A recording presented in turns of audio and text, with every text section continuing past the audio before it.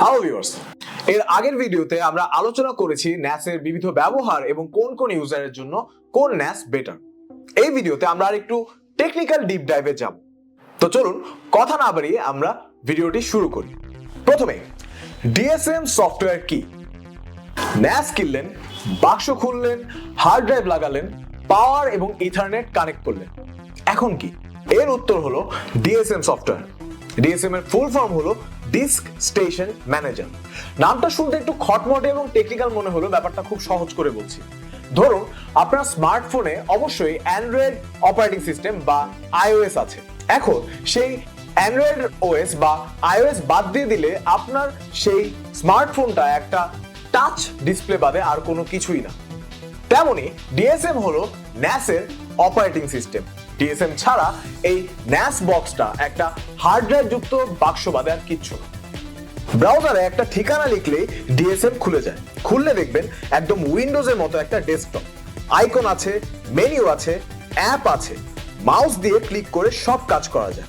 কোনো কোডিং নেই, কোনো কমান্ড নেই, একদম আপনার আমার মতো সাধারণ মানুষের ব্যবহারের উপযোগী করে এই সফটওয়্যারটা বানানো। আচ্ছা, DSM কি ফ্রি? হ্যাঁ, Synology NAS কিনলে DSM আপনি ফ্রিতে ডাউনলোড এবং ইনস্টল করতে পারবেন। আলাদা করে কিনতে হয় না এবং এর আপডেটও ফ্রি। এখন সবচেয়ে গুরুত্বপূর্ণ প্রশ্ন, DSM দিয়ে আমি আসলে কি কি করতে পারবো? চলুন একটা একটা করে দেখি। 1. ফাইল রাখা এবং শেয়ার করা। DSM এ ফাইল স্টেশন নামে একটা অ্যাপ আছে। সেটা দেখতে আপনার কম্পিউটারের ফাইল এক্সপ্লোরারের মতোই। ওখানে ফোল্ডার বানান, আপনার ফাইলটা রাখুন, যার সাথে ইচ্ছা তার সাথে শেয়ার করুন। একটা লিংক ক্রিয়েট করে পাঠিয়ে দিন, যে কেউ সেই লিংক থেকে সেই কাঙ্ক্ষিত ফাইলটি ডাউনলোড করতে পারবে। ইমেইলে ফাইল পাঠাতে হবে না, কোনো পেন ড্রাইভও লাগবে না। 2. ছবি ও ভিডিও ব্যাকআপ। Synology Photos হলো DSM এর একটা নিজস্ব ফটো গ্যালারি।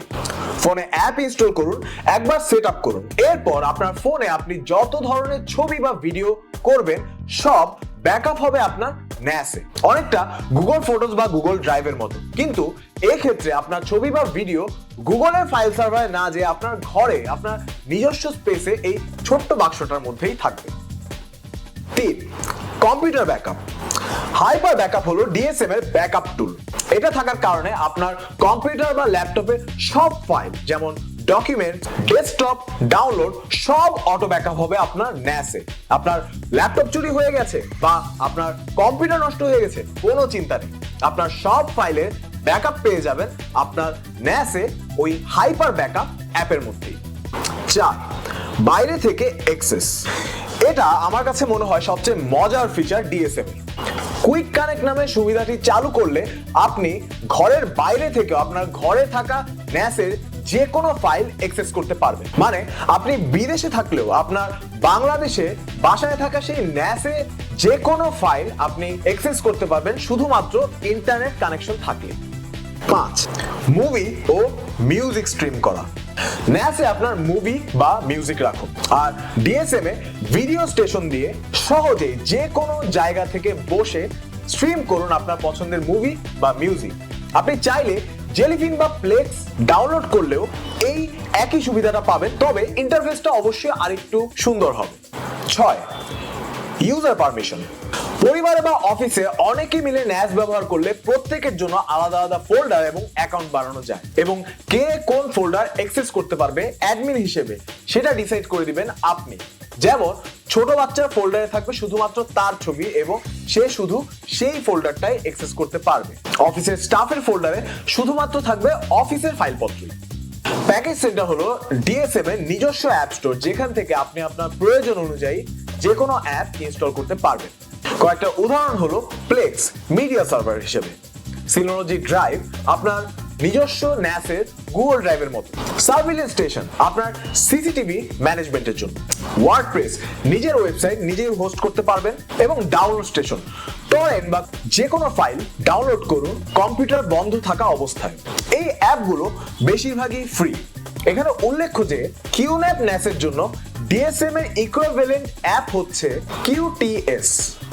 মনে আছে এন্টারপ্রাইজ NAS এর কথা বলার সময় আমরা রেড নামে একটা ফিচারের কথা উল্লেখ করেছিলাম। চলুন জেনে নিই রেড কি।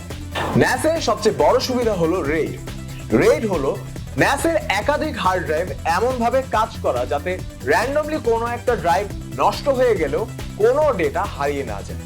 একটা সহজ উদাহরণ দিয়ে বলি, ধরুন এই NAS এর মধ্যে দুটো হার্ড ড্রাইভ আছে।